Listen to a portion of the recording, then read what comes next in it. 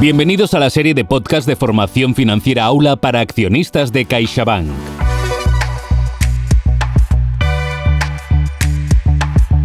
Empezamos el 12º y último capítulo de esta quinta temporada del podcast de formación financiera Aula, el podcast de formación para accionistas en CaixaBank. Y contamos, como no, con nuestra ponente residente Natalia de Santiago, divulgadora de finanzas personales. Bienvenida, Natalia. Me encanta estar aquí otra vez, cerrando esta temporada. Muy bien, soy Josep Lob, responsable de formación para accionistas en CaixaBank. Empezamos.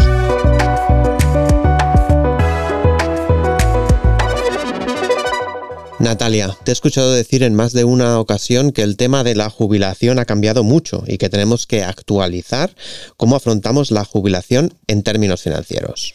Efectivamente, es que empezando por la esperanza de vida al jubilarse, es que hace 30, 40 años la esperanza de vida al jubilarse eran 6, 7 años y ahora son 23 y subiendo, con lo cual ya solo por eso ya hay que adaptarlo.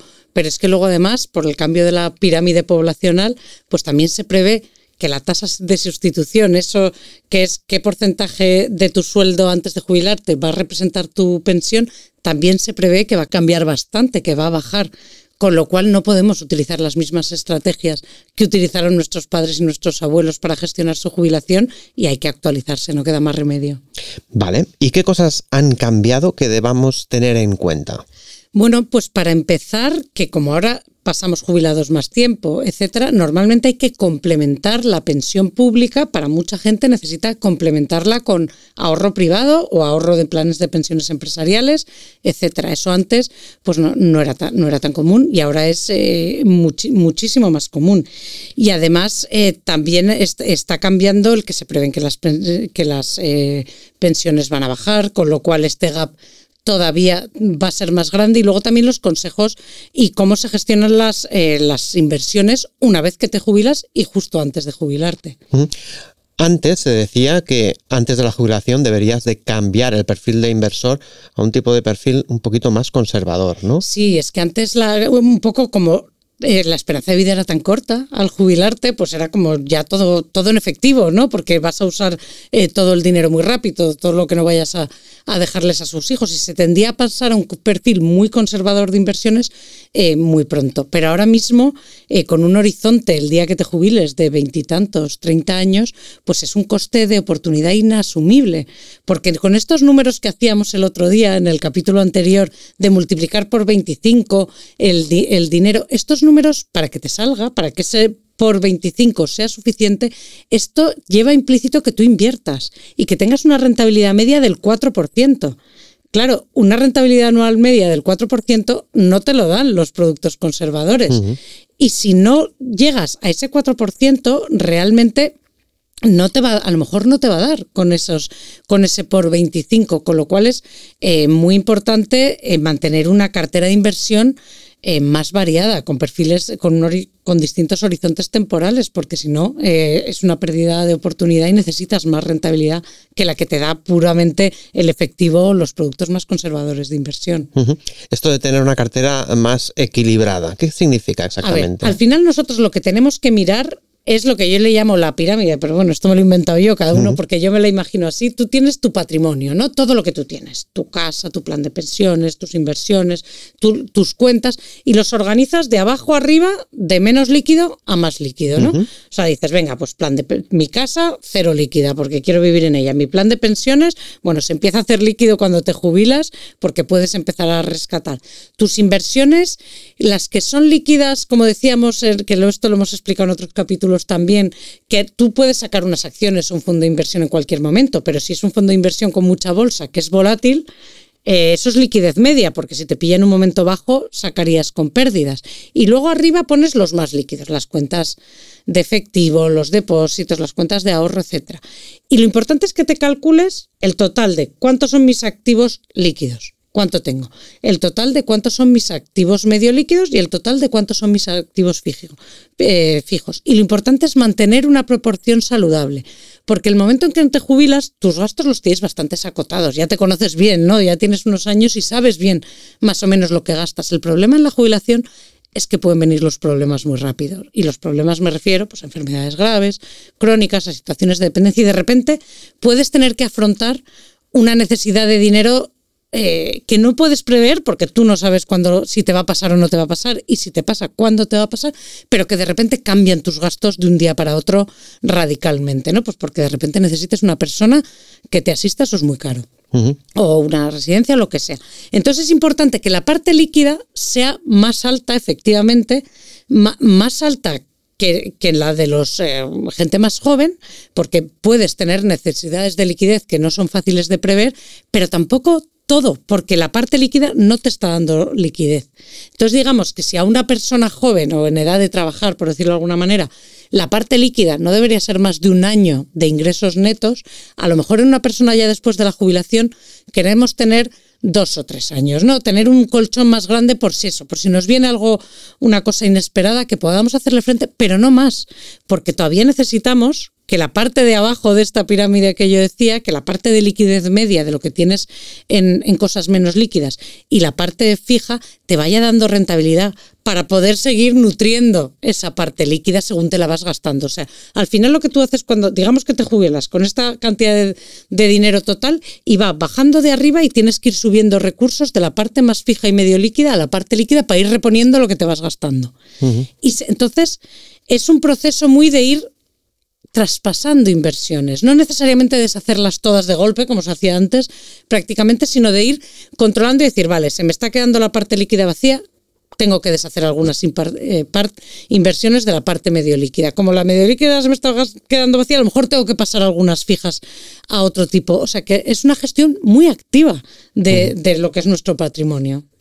La teoría la tengo clara, pero a ver, ¿cómo podemos organizar esto? ¿Qué productos son los adecuados? A ver, pues esta es una pregunta muy buena, porque una cosa que es fundamental a partir de la jubilación es la fiscalidad.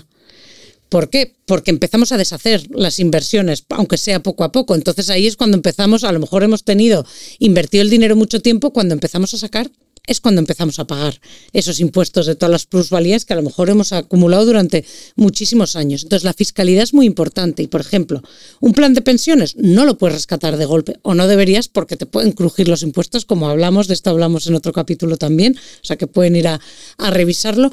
Y entonces hay que tenerlo bien en cuenta para decir, oye, es que la parte del plan de pensiones la debería sacar poco a poco, ir traspasándolo. Y aquí es cuando el concepto de traspaso es muy útil, porque tanto los planes de pensiones como los fondos de inversión ya hablamos que te permiten traspasar de uno a otro sin tributar por el camino. Con lo cual, este camino desde la parte fija a la media y a la líquida lo puedes hacer a través de distintos o bien planes de pensiones o fondos de inversión hasta llegar al rescate último, que es cuando lo transformas en efectivo realmente. Y hacerlo de la manera más escalonada posible, teniendo muy en cuenta la fiscalidad para que nos cobren los menos impuestos posibles. Que la forma en que rescates, si lo haces organizado y planificado y sacas poco a poco y vas haciendo estos movimientos hacia arriba escalonadamente, tu fiscalidad va a ser mucho más ventajosa en principio. Sí, la fiscalidad yo creo que es muy importante, pero entonces iría traspasando de uno a otro, modificando el perfil de mi cartera, perdón. Lo que tú puedes hacer, la gente que tenga una inversión, como quien dice, oye, es que yo tengo todos mis ahorros de la jubilación, los tengo en este plan de pensiones o en este fondo de inversión. Ahí lo que podrías ir haciendo, en lugar de tener distintos escalones, es tener toda la parte media en un solo fondo, pero que a lo mejor cuando te jubilas lo tenías en un perfil de riesgo, que de estos también hablamos, elevado, y lo que vas haciendo es ir bajando ese perfil de riesgo para que vaya variando la composición de tu cartera. Otra forma que igual es incluso más fácil es tener un fondo de un perfil de riesgo más alto, otro de un perfil de riesgo medio y otro tipo monetario de perfil de riesgo corto, ir traspasando de uno a otro. Como no tributas ni tiene costes los traspasos, puedes hacerlo casi que en automático. Decir, oye, es que cada mes pasan 1.500 o 1.000 o 500 euros de aquí, aquí y de aquí, aquí y de aquí a mi cuenta. Y esta forma de hacerlo escalonada tiene también un poco las mismas ventajas que tenía lo de ir invirtiendo poco a poco. Y es que te evitas oye, saco ahora esto que tenía en bolsa, que ahora está alto, ahora está bajo.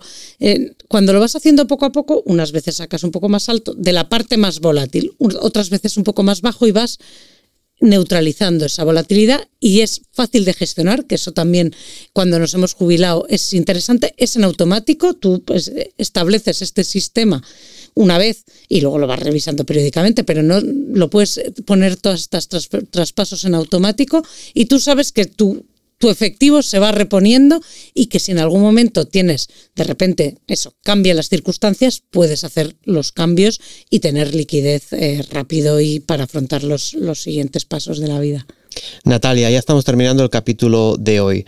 ¿Crees que hay alguna otra cosa que deberíamos saber para tener una jubilación tranquila? Sí, y esta es la parte de la que nadie quiere hablar, pero que hay que hablarla porque puede solucionar mucho las cosas, y es esa posibilidad de que durante nuestra jubilación y cercano al final de nuestra vida hay un cambio significativo no tanto en nuestras capacidades como en nuestras necesidades. Y hay que ponerse un poco en ese escenario y pensar, ¿cómo lo voy a financiar? Eso, ¿tengo suficiente para sacarlo todo en ese momento y hacerle frente con lo que tenía? ¿Voy a tener que tirar de mi casa vía una hipoteca inversa o algo así? ¿O no? Entonces eso hay que preverlo. Hay seguros de dependencia, es una cosa todavía incipiente, pero ya están saliendo más de los que se pueden contratar para, si llega el caso, pues que nos ayuden a cubrir, porque las residencias, la personal de asistencia, hay enfermedades y enfermedades crónicas tipo demencias, etcétera, que pueden llegar a ser muy, muy caras, y esto hay que preverlo para saber, para tener un poco, y también hay que comunicarlo a la familia y decir, oye, es que a mí llegado este caso me gustaría que lo afrontáramos así o de esta otra manera, y no solo comunicarlo, hay que dar con tiempo los poderes suficientes para hacerlo también, que eso a veces llegamos muy tarde y luego se encuentran las familias que no tienen poder para actuar en nombre de esta persona, que a lo mejor ya no está capacitada, y luego es un proceso mucho más largo que si antes, un día, mejor cuando estamos muy bien de salud y todo es muy remoto, lo hablamos, lo dejamos por escrito, podemos hacer un testamento vital de a mí me gustaría que estas cosas se gestionaran así, y les damos a las personas que elijamos los poderes necesarios para poder actuar en nuestro nombre y disponer de nuestros recursos. Eso facilita luego muchísimo las cosas a la familia y ahorra muchísimos disgustos. Entonces, bueno, es una cosa que no es agradable de pensar, pero que si la pensamos nos va a facilitar mucho la vida en el futuro. Muy interesante, Natalia. Y a ver, resumiendo, en un minuto el capítulo de hoy, a ver si eres capaz. A ver, en la parte de la desinversión hay que tenerla en cuenta porque ha cambiado mucho las circunstancias y básicamente cuando nos jubilemos vamos a tener otro trabajo que es gestor de nuestro patrimonio. Entonces hay que organizárselo de una forma fácil, y lo más fácil es visualizar nuestro patrimonio dividido en 3 zonas. Patrimonio fijo, el que es difícil de vender o que no es fácil de convertir en líquido. Patrimonio medio líquido, esas inversiones que sí las podemos deshacer, pero que llevan un tiempo para que no nos pillen en momentos muy bajos de la bolsa o lo que sea. Y patrimonio líquido. Entender que tenemos que tener, aunque no lo necesitemos día a día, más patrimonio líquido de lo normal por si acaso nos viene una situación de salud sobrevenida que necesite de repente más desembolsos de dinero, y organizar en la medida de lo posible a través de traspasos que a ser posible tengan una fiscalidad óptima, o sea, a través de fondos de inversión o de planes de pensiones, ir actualizando, ir pasando de la parte fija a la medio fija, de la medio fija a la líquida, para que siempre tengamos nuestras necesidades cubiertas, pero que esta parte de abajo siga trabajando y nos siga dando rentabilidad, porque la vamos a necesitar, porque no podemos dejar 30 años nuestro dinero en la cuenta devaluándose por la inflación. Uh-huh. Natalia, muchas gracias. Con esto cerramos este 12º capítulo, cerramos también la 5ª temporada del podcast de formación financiera Aula. Ha sido un placer tenerte durante toda esta temporada y te agradecemos de corazón que nos hayas facilitado y acercado las finanzas personales a todos nosotros. El placer ha sido mío, un auténtico placer, y bueno, estos son temas que hay que tenerlos en la cabeza y luego cuando nos pique el gusanillo, pues investigar más, porque son cosas importantes y está fenomenal que haya estas iniciativas que nos traigan esta educación y nos la pongan más al alcance de todo el mundo. Muchas gracias y hasta aquí el 12º capítulo y la 5ª temporada. Un saludo.